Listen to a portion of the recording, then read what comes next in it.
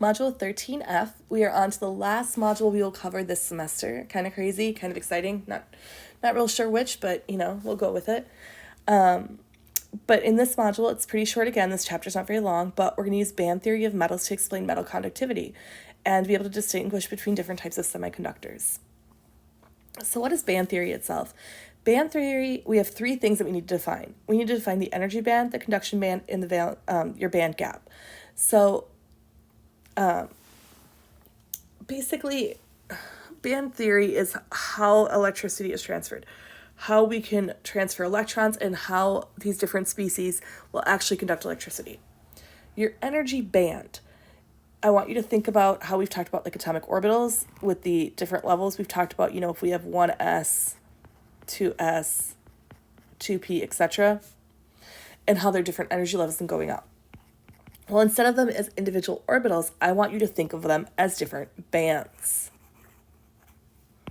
An energy band. So we're going to have a valence band and a conduction band. Valence is where do your electrons reside? Where are your valence electrons? And conduction is where the electrons are able to move and conduct electricity. And what is the space between here? How much space is there? Or is there space? So the energy band, large number of closely spaced energy levels that form, they're formed from similar atomic orbitals. So like I was putting your atomic orbitals together a second ago, like we put your molecular orbitals together, kind of the same thing, except these are forming energy bands instead. A conduction band is highly delocalized, partially filled molecular orbitals, which extend over the entire structure in the metal and metalloids. The fact that it has partial electrons in it allows electrons to keep moving. The band gap, the energy difference between your filled valence band and the conduction band. How much space is between there? The larger the energy gap, the more likely species cannot conduct electricity, because the larger that gap, the farther space that electron has to move to conduct. So here's kind of a nice description of what it looks like, the energy bands in solid sodium. We see 1s, 2s, 2p, 3s, 3p, distance through the crystal, and your energy, and the energy increasing as we go up. So we've got each little band here, the localized band of atomic orbitals, and then we have your delocalized half-filled valence band. Now, depending on the system or species you're looking at, sometimes they'll have electrons already in your conduction band. Sometimes your valence band will be what's delocalized. It really depends on what species we're looking at and how we're doping it. We'll talk about doping in a few slides. But we're trying to excite electrons into a higher band. How much energy does it take to get there? So they're conducting electricity by jumping between your half-filled valence band and your conduction band.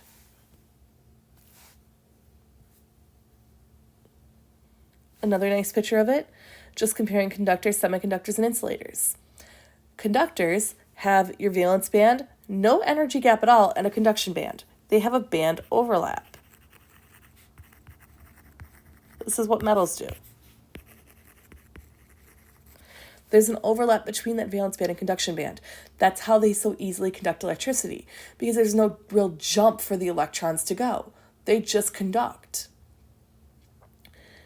Semiconductors, or metalloids, remember your metalloids on the stair step, have a small energy gap. So it's easier for the electrons to jump. We can also dope our semiconductors, which again I will talk about momentarily, but we can dope our semiconductors so that they will conduct electricity a little bit easier. We can put something in there to create extra electrons or create holes. Electrons travel through holes, through spaces for them to be, and this will allow them to conduct electricity.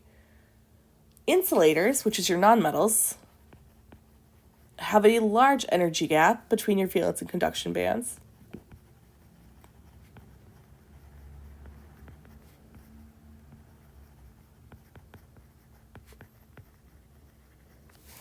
And that's what keeps them as an insulator. They're not going to promote those electrons.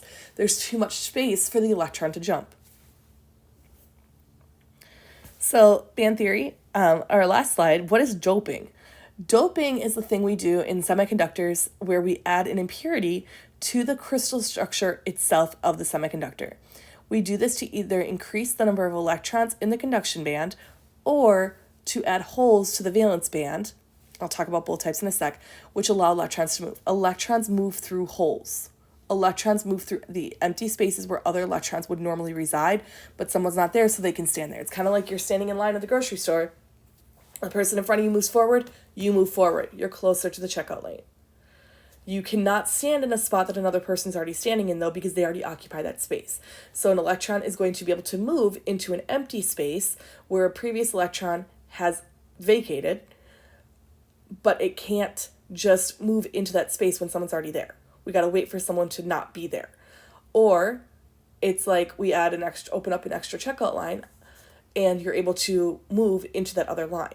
That's like doping in a different sense. I know it seems like a weird correlation, but it's what works in my brain.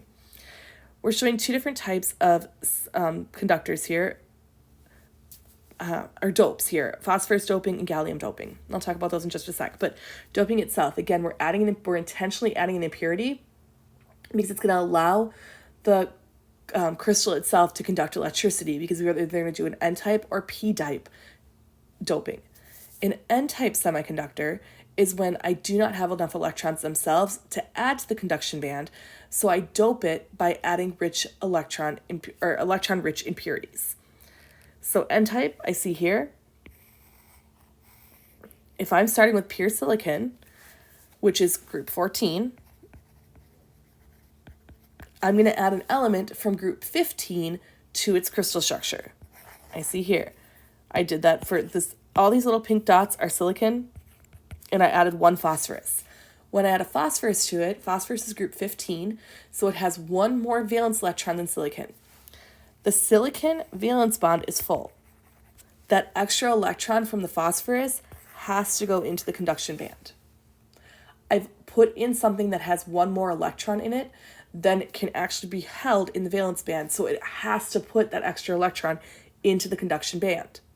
Now, my band gap is very, very small. Now I can promote those electrons.